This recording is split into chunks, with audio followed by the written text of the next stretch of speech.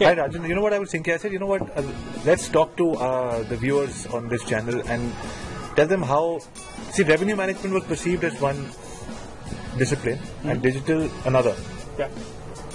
Of late it's come together, and unless both these disciplines are in sync, a hotel doesn't seem to be getting to the next stage of their revenue making online. What do you think about that? Yeah, absolutely, and it's gonna be becoming truer and truer as time goes by. Now, you will see there was traditional revenue management. Well, all you did was, as long as you put the right rate out on any of the platforms, that was considered that you are practicing revenue management. Of course, there's a little bit more nuances there, sure, but basically you were trying to get the right rate out. Now what is happening is, because how digital experiences are evolving and how digital revenues are growing, you have to make sure that that not only your pricing is right, but at the same time that pricing is right for that person that's coming to your website or your app or interacting through that email that you. Why do you say that is important? I know why you're saying it, but I just wanted for the audience or the viewers of this channel to understand more why you said that pricing has to be perfect, because you're talking about pricing on a digital channel, but pricing is a revenue concept, right? Yeah. So see, help us clear because what is happening is, I am telling you that this is how much a room is going to cost.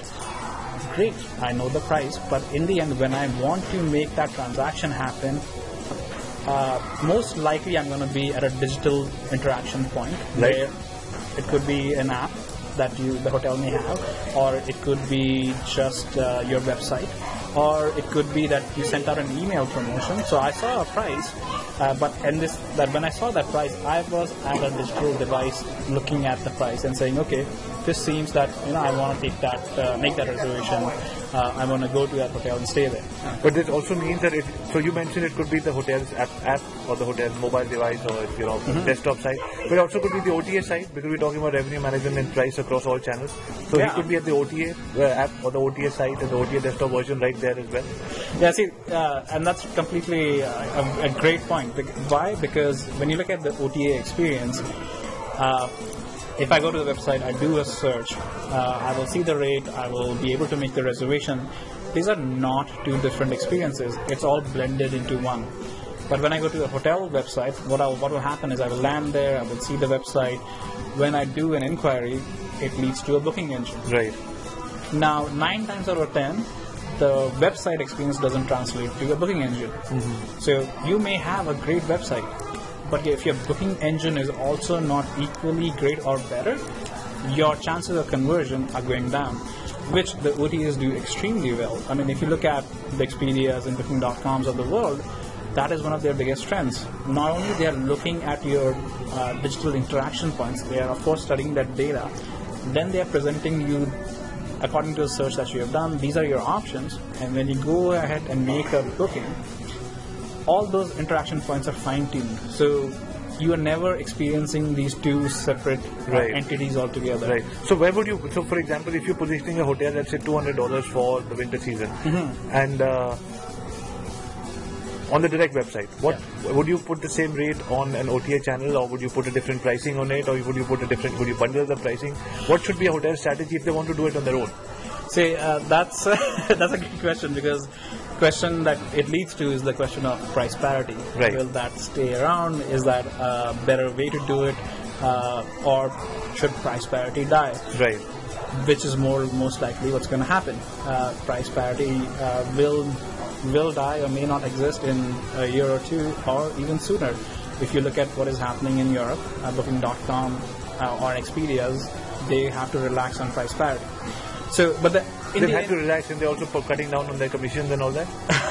Not on the commissions. It would be great if that was happening as well. Okay. But price parity is something that's always being questioned. Like, why hoteliers have to price their own inventory the same on every single digital or any other channel? Like, why does it have to be the same? So what I would say to that is, you have to, instead of looking at should it be the same pricing or should it be a different pricing, look at what converts on which channel, what kind of channel provides you the best traction.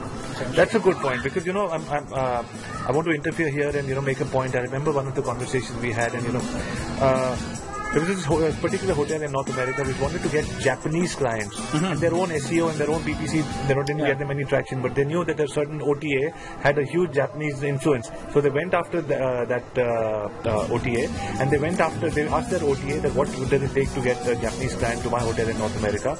I think the OTA came back to them and said that a Japanese client, when he's coming to this particular town in North America, he wants an all-inclusive 6 nights, 7 days package.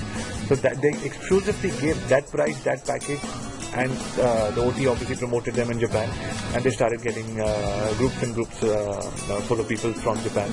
So that is, I think the point that you're trying to make, that if you're working with an OTA, you can be, you can use their strength to be, to go into different markets, which sometimes for a hotel is very difficult to do. Absolutely, I think you have to look at it as a distribution channel, right? If they are strong in a particular area, why not leverage their strengths? And you look at your business, can you get there individually? If the answer is no, then use your partner's strength and use that strategically.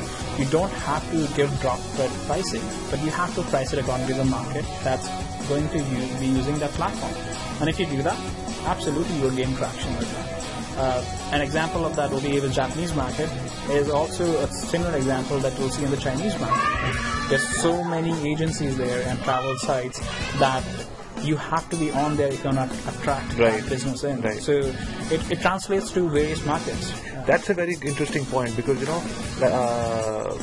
there are many, like Trivago, iGo, YouGo, some in Japan, some in... So there are those regional OTAs are becoming very big. In India now I've heard they're coming up with some very interesting regional OTAs, and they're not out yet, but some Hindi, some Malayali, and different. Yeah. So those should be very interesting, but you can't do without them, because people are, some people book only on those OTAs. So you need to, your OTA strategy on your digital and your revenue strategy goes beyond just your direct website, your channels, your OTAs and the regional OTAs. So that brings us back to the point that I always try to make, that it is not a function of, it's not a standalone function, it's a function of a team, it is a function of an experienced team, it's a function of an experienced, dedicated team which is keeping its eye on the market and on multiple markets. Yeah. With an experience in revenue management and a team on digital. So you need a lot of stuff to today deliver the perfect digital and revenue strategy for a hotel, to implement such a strategy. However, it is possible. A lot of people are doing it, and I think it's more and more important, because today digital and revenue together is contributing up to 50% of your business. So all this exercise, hiring these people or hiring an agency, getting all these channels worked upon, keeping that price parity, doing digital, doing revenue management, all of this is worth it, is the only way that a hotel in 2015 and beyond will be able to survive. Hope you liked this video. Thank you for watching.